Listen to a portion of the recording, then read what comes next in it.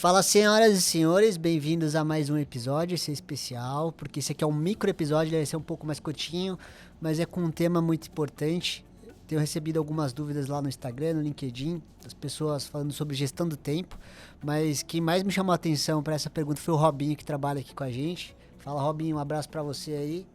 Obrigado pela sua dúvida e tenho certeza que ela vai ajudar muita gente, né, Bia? Olá, pessoal, sejam bem-vindos. É isso aí, Milton. É um assunto muito relevante, né? Hoje em dia as pessoas têm que lidar com muitas tarefas, muitas funções, então é um tópico aí bem relevante. É isso aí. Então o objetivo desse episódio em especial é ajudar você a priorizar as atividades do seu dia a dia, evitar o estresse no trabalho e ter o foco, né? Que é um dos principais desafios do nosso século, com tantos aplicativos, tantas redes sociais, TikTok, Instagram, LinkedIn, WhatsApp, é coisa que não acaba mais.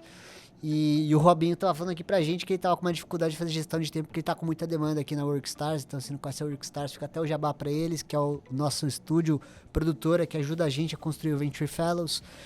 E aqui a gente vai trazer pra vocês 4 passos que são muito simples de fazer, que pode mudar completamente o resultado que você entrega para sua empresa e até para você que está captando recursos para sua startup, né, empreendedor? Então, a gente sabe que quando você está captando recursos para startup, normalmente você tem que fazer isso um ano antes de você precisar do dinheiro, pelo menos, né? Você tem que ter 12 meses aí antes de captar de planejamento para ter relacionamento com os investidores e fazer captação de recursos. E a gente sabe que nesse momento é um puto estresse, porque você tem que operar o seu negócio e ainda você também tem que captar recursos para você manter a rodinha girando da sua startup, né, Bia?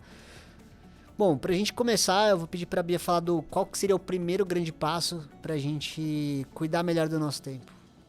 Bom, o primeiro passo é bem simples, na verdade, é você fazer, parece óbvio, né? É você fazer uma avaliação da situação hoje. Então, você entender como que está a sua alocação de tempo atual, quanto tempo você gasta em cada uma das suas demandas. Isso você pode utilizar o calendário, o pessoal mais old school pode usar a agenda.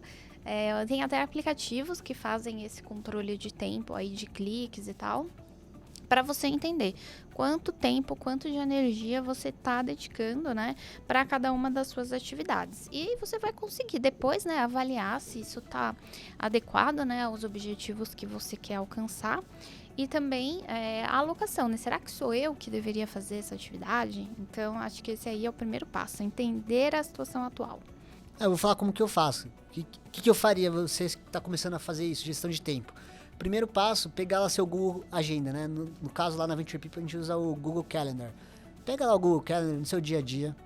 Você vai acordar, você vai começar a trabalhar, você vai entrar lá, você tem uma tarefa para fazer. Beleza, faz a tarefa. Deu uma hora, revisita seu calendário, coloca lá. Nesse primeiro horário eu fiz leitura de notícias. Pra gente é importante estar atualizado. Legal. Parte para a próxima tarefa. Segunda tarefa, entrevistas, e vai anotando tudo aquilo que você faz. Esse passo é fundamental e ajuda muito o Google Calendar. Eu amo o Google Calendar, tem gente que prefere planilha, que nem a Bia falou, mas no meu caso eu fiz pelo Google Calendar. Então quem trabalha comigo sabe que a agenda é aberta, vai ver lá o que o Milton tá fazendo. Se eu vou no banheiro é capaz de a pessoa tá vendo que eu tô indo no banheiro lá. Feito isso, você vai categorizar cada atividade que você está fazendo. Então, por exemplo, primeiro horário, notícia. Então, autodesenvolvimento. Vamos categorizar dessa forma. Segundo, entrevista. É o core do nosso trabalho, né? Entrevistar gente para contratar para as startups, para os nossos clientes. Então eu colocaria lá em entrevistas, categoria entrevista mesmo. Tem uma outra categoria que eu poderia colocar? Comercial. Poderia colocar também a categoria musculação, que eu cuido da minha saúde e gosto de colocar musculação. Então, categoriza tudo. Nesse primeiro momento é importante você saber o que você está fazendo hoje.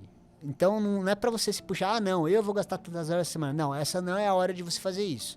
Essa eu diria que no passo 1 é o diagnóstico, né, Bia? Exatamente, é entender a situação atual antes de pensar em fazer qualquer reflexão, é a situação atual mesmo. E ela vai permitir, né, que a gente passe aí para o nosso terceiro passo, que já é você desenhar um plano de ação, né, que esteja orientado aos seus objetivos. Então, acho que até eu colocaria aqui um 2.5, que é saber quais são os seus objetivos, né? Acho que isso é mais importante do que sair fazendo alterações na sua rotina sem pensar muito. Então, entender o que tem que ser uma prioridade para você naquele primeiro momento. Com certeza. No segundo passo, só complementando a gente pro terceiro, tem um ponto importante, que é você colocar no papel como que você gastou. Depois de uma semana que você faz isso, o recomendado é você fazer por uma semana essa categorização. Você vai ver aonde você gastou seu tempo e qual o impacto daquela ação teve na sua agenda. Então, por exemplo, a gente sabe que pra gente é muito importante entrevistar. Eu quero ter a maior parte do meu tempo entrevistando, porque é isso que gera valor pro meu cliente e gera valor pro meu negócio, né? Provavelmente, se você tem um modelo de negócio, você vai ter a sua prioridade. Você categorizou, mediu, legal. Você já sabe, você vai descobrir qual é o padrão da sua agenda. Feito isso, falando um pouquinho do terceiro passo que a Bia colocou, é o plano de ação. Então você vai pegar todas as categorias que você mapeou, que você faz no dia a dia, e você vai refletir sobre elas. Poxa, qual é o tempo mínimo? É o mínimo, tá, pessoal? Qual é o tempo mínimo que eu preciso gastar por semana com esse tipo de atividade, dessa categoria, tá? Então vocês vão fazer isso. Poxa, eu estimo que eu preciso gastar pelo menos, a semana tem quantas horas? 8 vezes 5, dá 40 horas, mais ou menos?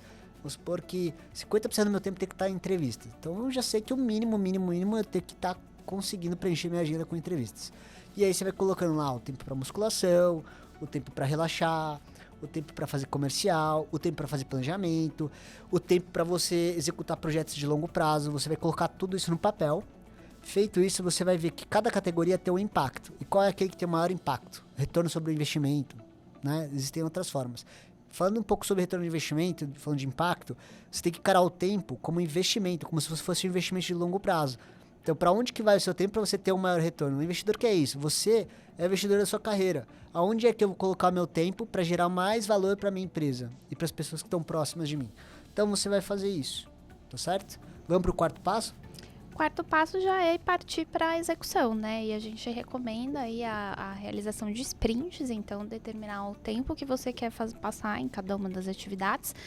A técnica do Pomodoro pode ajudar bastante, que seria você focar por 25 minutos em uma tarefa e depois fazer uma pausa, você, enfim, tomar uma água, tomar um café por 5 minutos. E aí, dessa forma, você consegue se manter focado, né, naqueles 25 minutos, não ter nenhum tipo de distração, realmente focar naquilo que você está fazendo e depois, nos últimos 5 minutos, você pode fazer uma pausa para depois voltar com tudo. Show de bola, é isso aí. E quando a gente olha para a técnica do Pomodoro, eu queria deixar 3 pontos claros nesse processo. Primeiro processo, você reserva um horário para cada coisa que você vai fazer, como eu falei para vocês. Então vamos supor, gastei 50 horas com recrutamento e seleção. Beleza, você vai alocar isso ao longo da semana. E planeja isso na semana anterior. Chega lá, sexta-feira, acabou o dia, já planeja a semana seguinte para você saber o que você vai fazer e que horas que você vai fazer. Então você pega e bloqueia esses blocos. Depois que você bloqueia esses blocos de horários, vai categorizar cada bloco. Então, por exemplo, você pode categorizar um bloco de 25 minutos, como a Bia falou, ou você pode fazer de 50 minutos, uma hora, que é o que eu prefiro. Eu gosto de sprints um pouco mais longos, isso vai depender de você. Tem o Raoni Rossetti, que trabalhou comigo na XP, ele fala muito de rounds, que ele tem um modelo muito legal de gestão de tempo também, recomendo vocês seguirem ele. Eu vou deixar aqui na descrição também o link dele para vocês seguirem ele, que vale a pena aprender com ele, em que você vai colocar esses blocos categorizados. Dentro desses blocos você categoriza, e aí dentro da categorização você vai colocar a lista de atividades. Qual é a atividade que eu tenho que fazer? Então, por exemplo, na entrevista, você tem um bloco, você colocou a entrevista. A entrevista vai demorar de 30 minutos a 50 minutos, depende muito de candidato para candidato. Terminou essa entrevista, eu sei que eu tenho uma etapa que eu tenho que escrever reporte. Então eu já sei que dentro da categoria entrevista eu vou ter entrevista com o candidato e escrever reportes. E depois até envio dos reportes para os meus clientes, tá? Então esse é um belo exemplo que eu daria para vocês. Lembrando, Pomodoro é só um exemplo, existem outras técnicas também de otimização do tempo, e eu garanto que se você implementar esse passo a passo dentro do seu dia a dia, é muito natural que você gere mais resultado para sua empresa e para você que é empreendedor, que está captando recursos, vai dar qualidade de vida para você, né? No final, quando a gente fala de desafio de tempo, a gente está falando do profissional, mas tem o pessoal, né, Bia? Sim, voltando um pouco no ponto do planejamento, eu acho que, pelo menos num primeiro momento, é mais interessante você superestimar uma atividade, ou seja, você achar que você vai gastar mais tempo e no final conseguir concluir ela antes e sobrar alguns minutinhos, do que subestimar e você se ver numa situação um pouco mais complicada ali, às vezes com uma atividade mais urgente. Então, superestime, coloque ali uma gordurinha, se sobrar um pouco de tempo, isso vai ser melhor, pelo menos no começo, e como o Milton colocou, é um exercício de autoconhecimento. Para ele, os sprints maiores tendem a funcionar mais. Você só vai saber o que funciona melhor para você na prática. Então, começa aí nessa faixa e depois vai adaptando para o que funciona melhor. Gente, é modelo startup, PDCA, Plan, Do, Check and Act, ok? Então, vamos planejar, vamos fazer, vamos acompanhar e vamos entrar em ação. É um aprendizado que você vai ter sobre você, na real, né? Quando você for fazer isso, você vai aprender muito sobre você também, como que você gasta seu tempo. Quando eu fiz a primeira semana, esse exercício, eu falei, gente, como eu gasto tempo olhando o WhatsApp. O WhatsApp é um detrator, assim, ferrado, porque eu lido com cliente, eu lido com família. Então, eu coloco o tempo lá, eu coloco o WhatsApp e e-mail. Eu falo assim, essa vai ser a hora de tirar da frente o WhatsApp e o e-mail das informações mais prioritárias, né? Priorize também, pega as atividades, sempre coloca ela primeiro dentro dessa categoria. Uma outra dica é saber, né, fechar as janelas do Note para que você consiga realmente focar naquilo que você está fazendo. Mas uma coisa que a gente discute bastante no dia a dia, né, fora essas interrupções que às vezes a gente não tem muito como controlar, mas é normal que a gente seja interrompido também por outras pessoas, né, pessoas com demandas, com dúvidas e esse tipo de situação. Com certeza. Tem um estudo da Califórnia, da Universidade de Irvine, dentro da Califórnia, que inclusive eles falam que uma interrupção quando você está focado, você está lá focado, fazendo uma coisa muito bem feita, você está lá na vibe de fazer o negócio. Se alguém te interrompe, para você retomar depois no mesmo nível de concentração e qualidade daquilo que você está fazendo, vai levar pelo menos 20 minutos. Então a interrupção ela é muito prejudicial para a qualidade do trabalho que você está fazendo. E falando um pouquinho de interrupções, a gente tem uma outra recomendação legal, que é como proteger o seu tempo das outras pessoas, né, Bia? Exatamente. É natural, né, que as pessoas venham ali com demandas, com perguntas, e a gente tem algumas dicas para essa situação também. Então, muitas vezes é necessário dizer não. Então, quando vier uma demanda nova, avalie, né, se realmente você consegue se comprometer com aquilo naquele momento. Se não for o caso, o ideal é que você educadamente, né, explique para a pessoa que você não vai poder se comprometer com isso. Uma solução, né, pode ser você delegar essa atividade, então eventualmente você orientar a pessoa que procure uma outra pessoa do seu time ou um outro parceiro que consiga te ajudar nessa situação, ou até mesmo sugerir uma mudança, pensar em um outro horário, a gente pode discutir sobre isso no almoço amanhã, enfim, buscar ali alternativas, né? E, eventualmente, também sair de conversas, né? Então, por exemplo, às vezes você tá ali, principalmente pensando ali numa situação, num trabalho presencial, você tá ali no café ou tá entre reuniões. Se você precisa sair da conversa, saia. Às vezes as pessoas têm essa dificuldade, né? Mas não precisa ser um grande problema. Só você lidar com maturidade, pedir licença e tocar dali. Então, só colocando alguns pontos importantes de como priorizar e focar. Isso acontece muito no dia a dia lá na Venture People. A gente é muito acionado por muita gente. E falando, é sempre desafio. E como que a gente controla isso? Com algumas perguntas. Primeira pergunta. Isso está de acordo com as prioridades da minha empresa? Segundo. Isso está de acordo com as minhas prioridades pessoais? Terceiro. Se eu falar não, eu vou entrar numa fria no meu relacionamento, eu vou estremecer um relacionamento legal que eu tenho com alguma pessoa?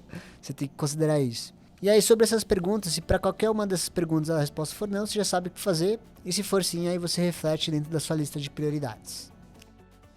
É isso aí, então a gente espera que essas dicas ajudem, né, o pessoal que tá aí buscando uma maior eficiência, maior produtividade. Não esqueçam de mandar as recomendações de assuntos aqui pra gente discutir, a opinião de vocês é muito importante. Não deixem de curtir, compartilhar com os amigos e a gente espera vocês na próxima. Exato. Só para fazer um breve resumo então, os 4 passos. Primeiro, entende o seu contexto atual. Segundo, descobre seus padrões. Terceiro, faça um plano de ação com metas.